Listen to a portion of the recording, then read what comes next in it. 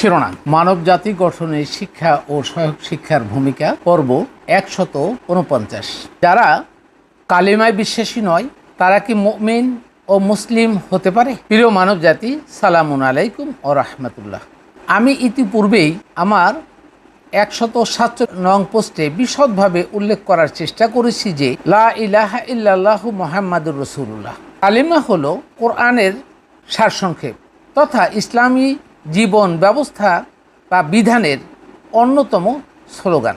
মানব জাতি হিসেবে আমাদের জ্ঞানের পরিসীমা খুবই সীমিত এবং আল্লাহ যতটুকু আমাদেরকে শিক্ষা দিতে চেয়েছে তার বাহিরে যাওয়ার কোনো সুযোগ নেই এবং এটাই আল্লাহর নীতি, বিধিবিধান বা পূর্ব নির্ধারিত প্রোগ্রাম। আবার যদি কেউ এই বিধিবিধান এবং পরিপূর্ণ কোরআন সম্পর্কে না জেনে না বুঝে তা সংকোচন বা পরিব্যক্তি ঘটানোর চেষ্টা করেন, তিনি কি তখন ইসলামী জীবন বিধান থেকে বিচ্যুত হবেন না? আর তখনও কি তিনি ঈমান থেকে খারিজ হবেন না? খুবই গুরুত্বপূর্ণ প্রশ্নের জবাবের আলোচনা এখানেই।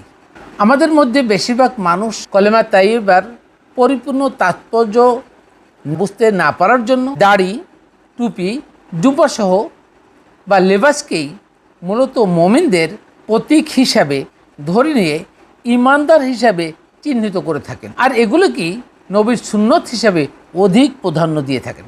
অথচ আমাদের নবী কত ত্যাগ স্বীকার করে ইসলামী জীবন ব্যবস্থা কায়েম করার লক্ষ্যে রণাঙ্গনের যুদ্ধ হিসাবে কোরআনের মৌলিক জ্ঞানের পরিব্যক্তি ঘটানোর জন্য যে হিকমা এবং উৎকর্ষিত আকলের মাধ্যমে শিক্ষা কার্যক্রম চালু করেছিলেন, তার কোনো কিছুই নবীর সুন্নত হিসাবে আমাদের তথাকথিত আলেমদের কাছে সমাদৃত হলো না, বরং সমাদৃত হলো শুধুই তার লেবাস ও সুন্নতি আকিদা। অথচ নবীর জীবনাদর্শে আমরা দেখতে পাই তিনি ইবাদত থেকে হেদায়েতের জন্যই অধিক সময় ও শ্রম ব্যয় করেছেন। আফসোস, তা আমাদের আলেমরা বুঝতে পারলেন না, কি তার পিছনে কোনো স্বার্থ বিজড়িত আছে, আর সেটাই এখন ভাবার বিষয়। আবার কোরআনে উল্লেখিত মানব জীবনের জন্য সকল উল্লেখযোগ্য মৌলিক ও গুরুত্বপূর্ণ বিষয়গুলি মূল উদ্দেশ্য রেখে তা সম্পাদনের জন্য যে বিধি এবং কর্ম পরিকল্পনা অধিক গুরুত্ব না দিয়ে পক্ষান্তরে গুরুত্ব দেওয়া হচ্ছে অমৌলিক তথ্য ও বিষয়ের প্রতি।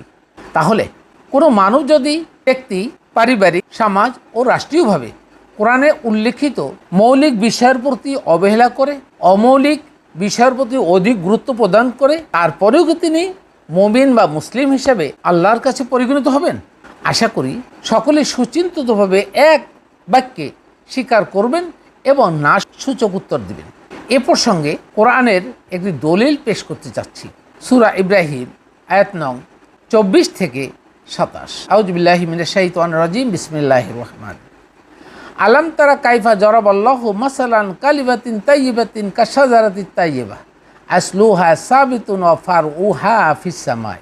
তুমি কি দেখনি আল্লাহ কিভাবে বিভিন্ন বিষয়ে উদাহরণ উপস্থাপন করেছেন? কালিমা তাইয়্যিবা হলো একটি উত্তম গাছ যার মূল সুদৃঢ় এবং শাখা প্রশাখা আকাশে বিস্তৃত।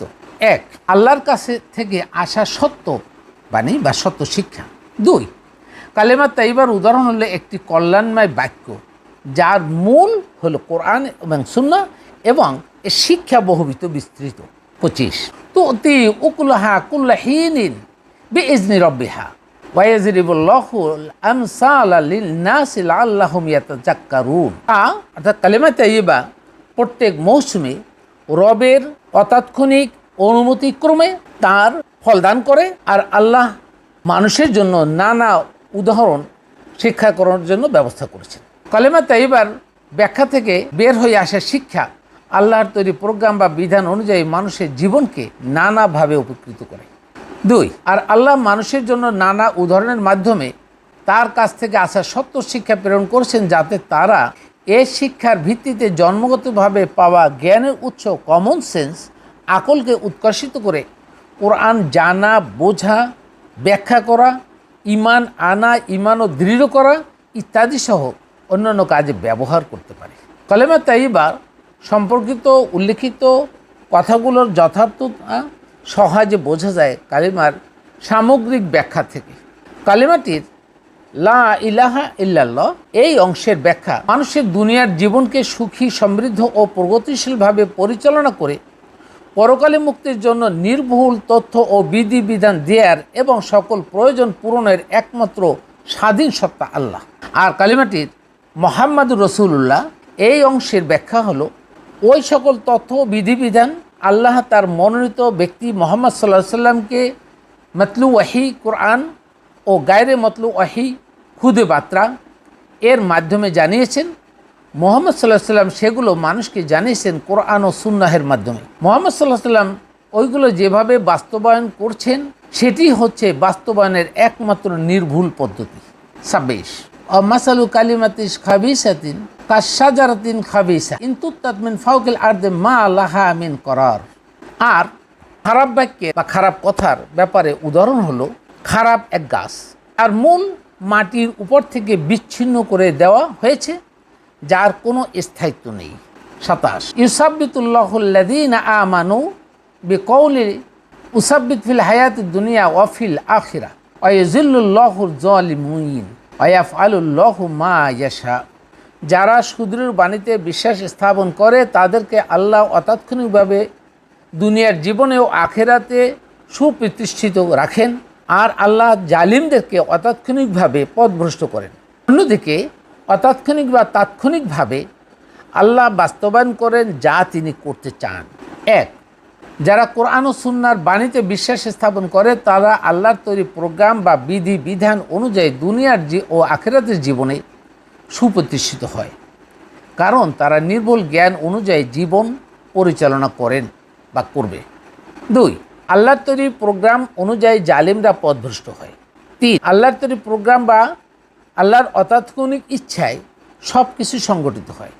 তাহলে যারা এই কালিমা তাইয়্যিবার মর্মার্থ জানা ও বোঝার চেষ্টা করে না এবং না জেনেই নিজেদেরকে এবং তাদের আকাবিদেরকে শতভাগ সত্যের মাপকাঠি হিসেবে পরিগণিত করে, তারা কি মুমিন বা মুসলিম হতে পারে? পাঠক ও শ্রোতাদের সুচিন্তিত মতামতের ভিত্তিতে উত্তরের আশায় প্রশ্নটি উৎসর্গ করলাম। Ahmed Zafar, research on Islam.